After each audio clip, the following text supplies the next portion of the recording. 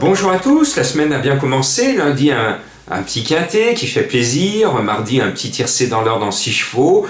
Et on enchaîne avec une étape du Grand National du Trot, là où on n'a pas peur des radars, on va à fond la caisse avec ces bolides. C'est au Mans, les 24 heures du Mans, le célèbre circuit, sa ligne droite extraordinaire. Et bien l'hippodrome aussi a sa ligne droite extraordinaire. L'hippodrome du Mans a aussi ses bolides du Grand National du Trot. Attention aux turfistes qui sont sur le bord de la piste, ils vont se faire décoiffer. Alors pour découvrir mon favori, c'est très rare, mais pour vous le donner, j'ai besoin d'une allumette, j'ai besoin d'une boîte d'allumettes en même temps, j'ai besoin de craquer cette allumette si elle veut bien le faire, voilà, et j'ai ma petite bougie. Cette petite bougie me permet de souhaiter un bon anniversaire à mon favori.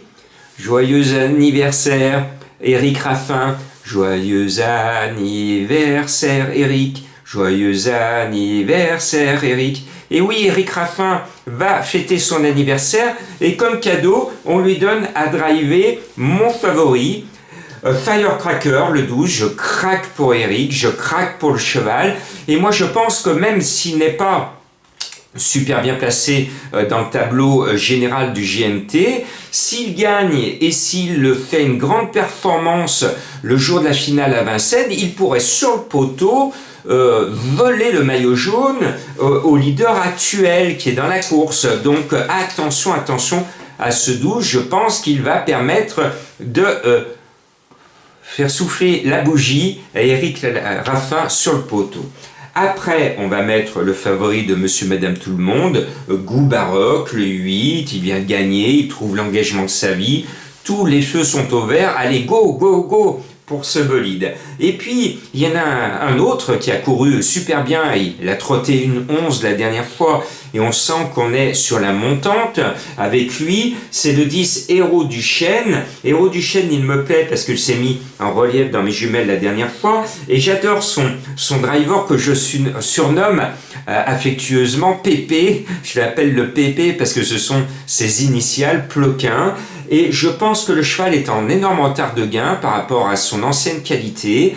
Et vu ce qu'il a fait la dernière fois, je pense qu'il est monté en puissance et qu'au lieu de finir 5e, je pense qu'il va finir 3e. C'est pour ça qu'il est très haut dans ma sélection. Et puis, moi, depuis tout petit, j'adore Eddie Mitchell.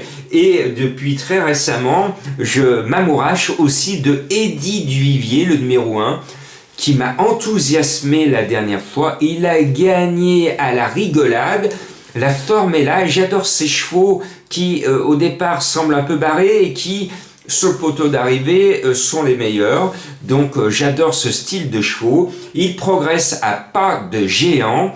Et son entraîneur, les Thierry, ils en ont 4 dans la course, dont le maillot jaune Crack-Monnaie. J'ai pris le risque de ne pas le mettre parce qu'il rend 25 mètres. Ce n'est pas son meilleur engagement, mais il va tout faire pour défendre son maillot jaune. Mais je suis beaucoup plus chaud avec le 1 Eddie Duvivier. Après, il m'a beaucoup déçu, vous aussi, la dernière fois, le 3 Fly Speed, eh bien on le rachète quand même, on lui pardonne, parce qu'on a gagné des sous quand même cette année avec lui quand il faisait 2-1, 2-1, 2-1, bon, donc il ne faut pas avoir la mémoire courte, il nous a planté la dernière fois, mais il nous avait fait gagner régulièrement des sous cette année, on lui doit le respect, et moi je rachète ce numéro 3, Fly Speed. Et je suis d'accord avec Madame Colombo. On partage le même... on sent bien ce cheval tous les deux. C'est le 7 Cristal du Lupin avec Viels, que j'aime bien, qui mène tous les lupins. Bah là, il en mène un autre qui n'est pourtant pas entraîné par Marmion, qui réussit de façon extraordinaire avec tous les chevaux, avec le label Lupin. Eh bien, ce gentleman... cambrioleur, pour reprendre la célèbre série française avec Georges Descrières, cet Arsène, ce numéro 7, est capable de venir choper un accessible sur le poteau à une cote un peu croustillante parce que ce n'est pas lui le principal favori.